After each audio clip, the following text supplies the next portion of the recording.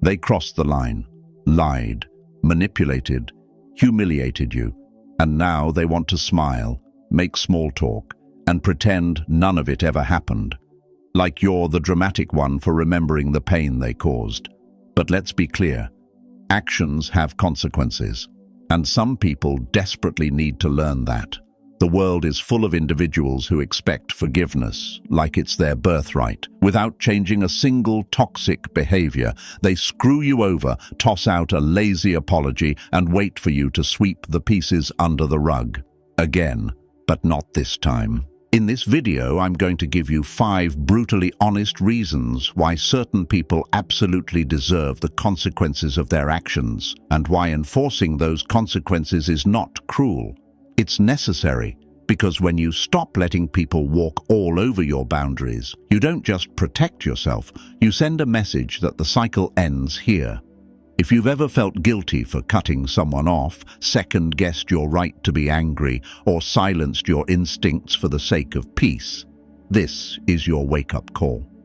Smash that subscribe button right now, because what you're about to hear will give you the strength to stop explaining, stop excusing, and start reclaiming your dignity.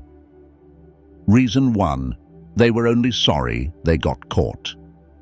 To forgive is to set a prisoner free and discover that the prisoner was you. But here's the part they leave out. The door only locks behind you if the other person never learns a thing. We live in a culture obsessed with unconditional forgiveness. Scroll social media and you'll see it everywhere. Be the bigger person. Let it go. Don't hold grudges. And while those messages sound noble, they often serve a darker purpose. They're used to shame people, especially the kind-hearted, the emotionally responsible, and the elderly, into tolerating what should never be tolerated, into becoming endlessly patient with those who continue to harm them. Here's the truth. There is a world of difference between forgiveness and letting someone off the hook completely. Forgiveness is an internal process. It's something you do for your own healing. But consequences, those are external. They're what the other person earns through their actions. When someone wrongs you, whether it's through betrayal, disrespect, or violation of boundaries, and they face no consequence for what they've done, the message they receive is terrifyingly simple. That worked. I can do it again. Psychologically, people learn by results. Just like a child touches a hot stove and learns not to repeat it, adults, especially manipulative or careless ones, learn what behavior they can get away with based on how others respond. If bad behavior brings them what they want without resistance, they will repeat it. Not because they're evil in some cartoonish sense, but because it works. The cycle becomes dangerous when the person they're hurting believes that forgiveness means immediate reconciliation, instant emotional reset, and zero accountability. That is not forgiveness. That's self-erasure. That's handing your dignity over like it's disposable. This is particularly painful for older individuals. With age often comes wisdom, but also a tendency toward empathy, softness, and giving people the benefit of the doubt. Parents forgive adult children for unspeakable rudeness. Long-term friends dismiss cruel remarks as just how he is. Spouses accept betrayal in silence for the sake of keeping the peace. And all the while, the violator receives the exact outcome they were counting on. No pushback, no consequence, just more access to your time, your trust, and your peace of mind. Stoic philosophy offers a powerful antidote here. The Stoics taught that we cannot control the actions of others, only our response to them. But that response doesn't have to be passive. Marcus Aurelius said, "You have power over your mind, not outside events. Realize this, and you will find strength." That strength includes setting boundaries. That strength includes saying no more, not out of revenge, but out of self-respect. To forgive someone internally is noble, but to continue allowing them into your life with no accountability is self-betrayal. Here's the key insight. Holding someone accountable isn't cruel. It's reality. It's not punishment. It's not vengeance, it's showing them the mirror. If they lie to you, the natural consequence is that you don't trust them. If they violate your boundaries, the natural consequence is that you create distance. You don't have to scream. You don't need a dramatic confrontation. You simply let their actions write the rules of the relationship from that point forward. This helps them grow too, if they're capable of growth. Someone who's genuinely remorseful will understand that healing requires consequences. They'll accept the damage they caused, and they won't pressure you into pretending it didn't happen. They'll sit in the discomfort of your silence, your distance, your firm boundaries. That discomfort is their teacher. And if they don't, if they guilt you, gaslight you, or turn your boundary into another offense, then you've been given the clearest answer of all. They were never sorry. They were only sorry they got caught. So the next time someone tells you to forgive and forget, remember, forgetting is optional. Forgiveness can happen in silence, but consequences, those are earned. And if someone keeps showing you who they are, it's not your job to unsee it. It's your responsibility to protect yourself from it. Let's move to reason 2. Patterns of disrespect are deliberate. I want you to think carefully about the person who has hurt you more than once. Not just a one-time misstep, not a misunderstanding, but a pattern. Maybe it's the sibling who always finds a way to twist the knife during every conversation, just enough to hurt, but never quite enough to cause a scene. Or the adult child who only calls when they need something, but somehow always disappears when you need support.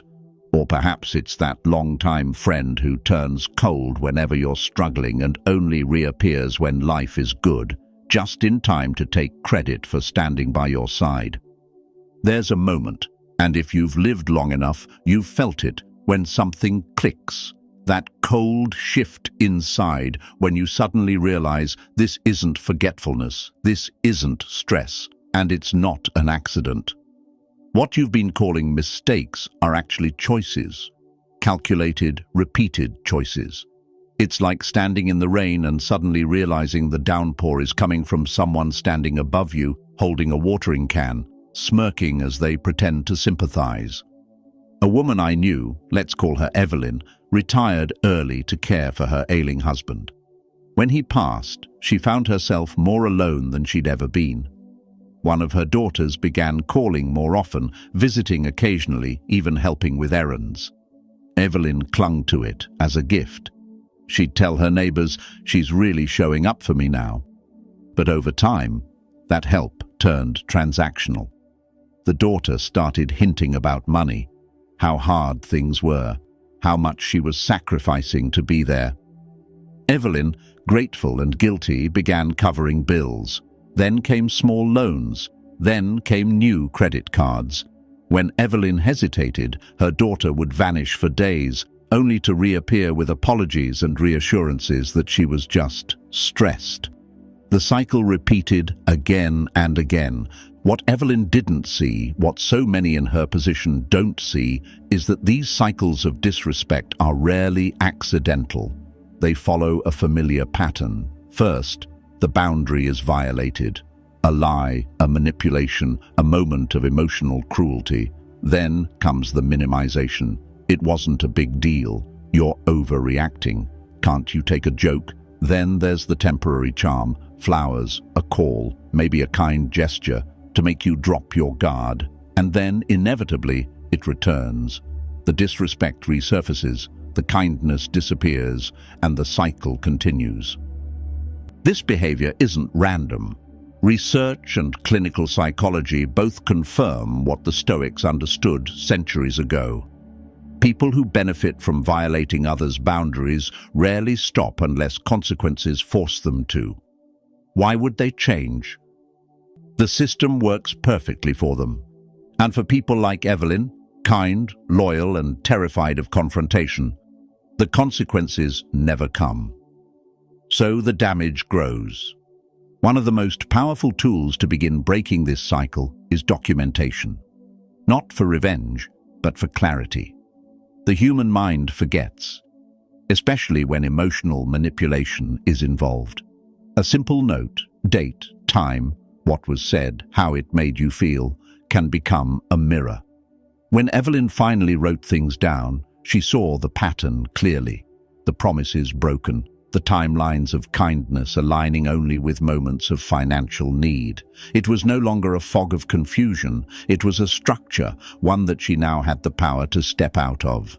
But even more important than documentation is learning to trust yourself again, that quiet voice inside you, the one that tightens your stomach, that makes you feel uneasy after certain conversations, that leaves you emotionally drained after someone leaves the room. That voice is ancient. It's not paranoia. It's self-preservation. It's wisdom that has aged with you. Stoic philosophy teaches us that suffering often stems not from what happens to us, but from our denial of what is. When we fail to accept the truth of someone's consistent disrespect, we extend our pain. Marcus Aurelius wrote, "If someone is able to show me that what I think or do is not right, I will happily change. For I seek the truth, by which no one was ever truly harmed." But it's not your job to change others. Your job is to accept the truth and act accordingly. So if someone keeps hurting you, if their mistakes are starting to look like strategies, it's time to stop waiting for the next apology and start preparing the next boundary. They don't need another chance to prove who they are. You need the courage to believe them the first time and protect yourself accordingly. Now, reason 3, boundaries protect your self-worth. Did you know that the human brain physically rewires itself based on repeated emotional experiences, even ones tied to mistreatment? Neuroscience calls it neuroplasticity, and it means that the longer you allow someone to cross your boundaries without consequences, the more your brain begins to accept that treatment as normal. And that's the terrifying part. Over time, it's not just your relationships that suffer, it's your self-worth. Here's something most people don't realize until it's almost too late. Every single time you let someone mistreat you without consequence, you're not just giving them power over that moment. You're reshaping how you see yourself. Every time you bite your tongue when something hurts, every time you excuse their behavior with "they didn't mean it," every time you swallow the discomfort just to keep the peace, you're sending yourself a quiet but devastating message. My feelings don't matter. My dignity isn't important. My peace is less valuable than their comfort. This self-message doesn't scream, but it spreads. Like a slow-acting poison, it seeps into every corner of your life. You start accepting treatment that would horrify the younger version of you. You begin convincing yourself that maybe this is what love looks like. Maybe this is all you're worth. But here's the antidote: consequences. Setting boundaries is not selfish, it's self-preservation. It's not about controlling others, it's about taking control of your own emotional reality. When you say, "If you speak to me that way again, I'll end the conversation," you're not being cruel. You're declaring that your self-respect is non-negotiable, that your peace is not for sale. Let's talk about what that looks like in real life. Healthy boundaries are clear, firm, and unapologetic. Statements like, "I won't accept being spoken to like that. If it happens again, I will leave the conversation." Or, "If you keep showing up late with no notice, I'll stop including you in plans." These aren't threats, they're facts. Simple truths about how you expect to be treated and what will happen if those expectations are ignored. Now, I know what many of you are thinking. Won't they think I'm cold? Won't they get angry? Will I lose the relationship? These fears are natural. But here's the hard truth. Anyone who reacts with outrage to your healthy, reasonable boundaries never respected you in the first place. Their anger isn't about your change. It's about their loss of control. And in some cases, yes, that relationship may not survive. But ask yourself, what kind of relationship is it if it only exists at the cost of your well-being? The more subtle danger comes when people try to emotionally manipulate you into abandoning your boundaries. They might cry, guilt-trip you, accuse you of changing, promise that they'll change, anything to get you to drop your guard. But this is where your strength matters most. Because boundaries that bend under pressure aren't boundaries at all. They're invitations to be mistreated again. Before we move to the fourth reason, I want to acknowledge something important. If you're still watching this, if your heart is pounding a little harder, if the truth is sinking in, then you're exactly where you need to be. You're waking up, and it's not comfortable, but it's real.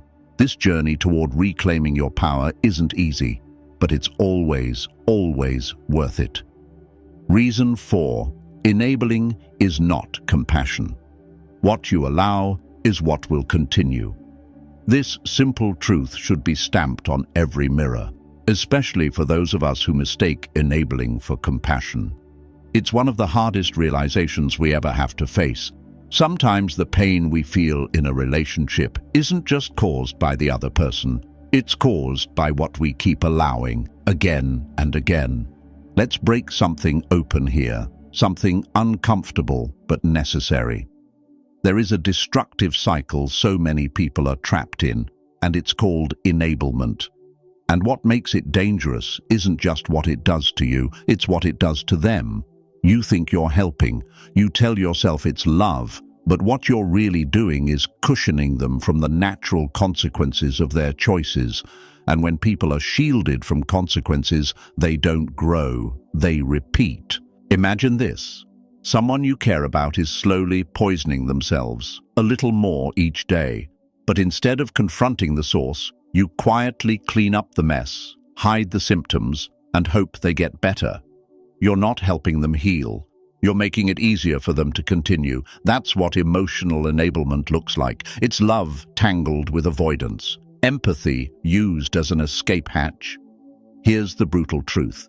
When someone hurts you and you forgive them without requiring any real change, what you're giving them is relief, not responsibility.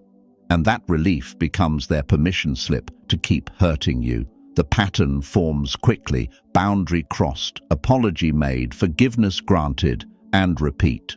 You both begin to sink into this rhythm of dysfunction where your hope becomes the very thing that traps you. You hope they'll change. You hope they'll get it, but without consequences, hope becomes helpless. The tragedy is, most enablers aren't weak. In fact, they're often the strongest ones in the room, the ones who can endure the most. But endurance without boundaries turns into self-erasure. You keep explaining, you keep excusing, you keep swallowing your own needs to protect their potential. But potential means nothing without accountability. What if I told you that consequences are one of the most loving things you can offer someone? That holding someone accountable isn't punishment, it's a mirror. It's the only tool that forces them to pause and ask, what am I actually doing? True compassion isn't about shielding someone from the truth, it's about giving them the opportunity to face it and grow from it. And no, this isn't about revenge. Consequences are not the same as punishment. Punishment comes from pain, from a desire to make someone feel what you felt. But consequences, they're neutral. They're the natural result of choices. If someone lies, you stop believing them. If they disrespect your time, you stop prioritizing them. If they repeatedly cross your boundaries, you remove access. Not to be cruel, but to be clear. The most powerful shift you can make in how you approach consequence is this. Remove the emotion. Instead of lashing out with, "You're selfish and I'm done with you," say, "When this happens, it makes me feel disrespected. If it continues, I won't be able to stay in this dynamic." One blames the person, the other reveals the impact of the behavior. One escalates, the other creates space for change, if they choose to rise to it.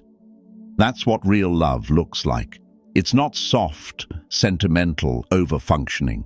It's boundaries. It's clarity. It's standing in front of someone and saying, "I care about you, but I care about myself too." And if I have to choose between protecting your comfort or protecting my peace, I will choose me. And if they get angry, if they guilt you, if they cry, accuse, or promise to be better just one more time, that's not your cue to bend. That's your signal that your boundary is working. Because people who are invested in control always panic when it slips away. So ask yourself this: if nothing about this person ever changes, what needs to happen so you can be at peace? Your answer is your truth. Let it lead you.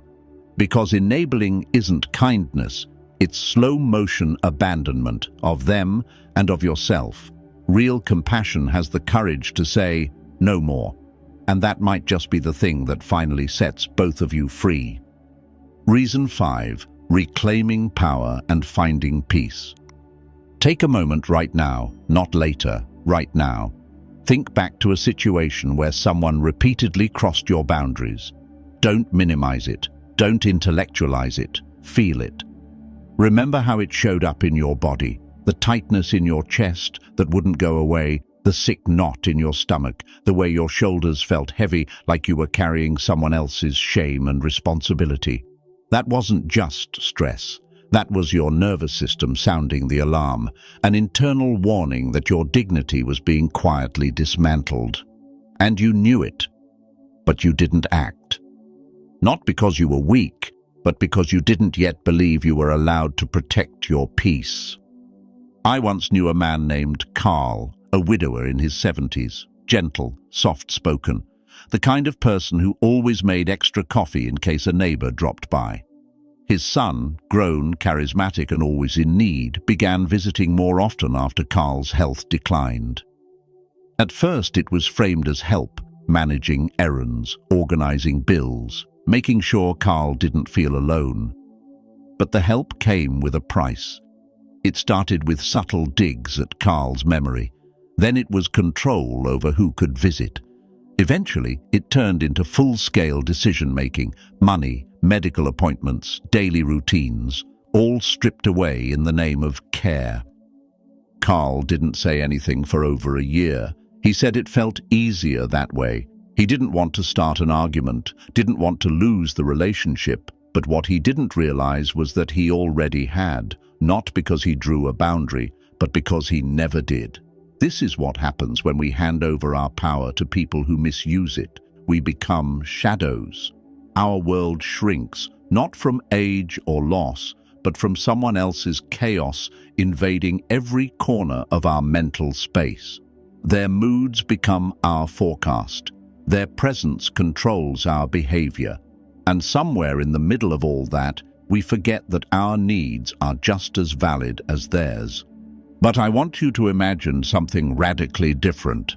Picture yourself in Carl's shoes, but this time you stand tall. You look someone in the eye and say, "No, that's not acceptable to me." Not with rage, not with bitterness, but with the calm assurance of someone who finally remembered that their peace is not optional. Imagine the freedom of not bracing for someone else's reaction. Imagine waking up and knowing that your life belongs to you again.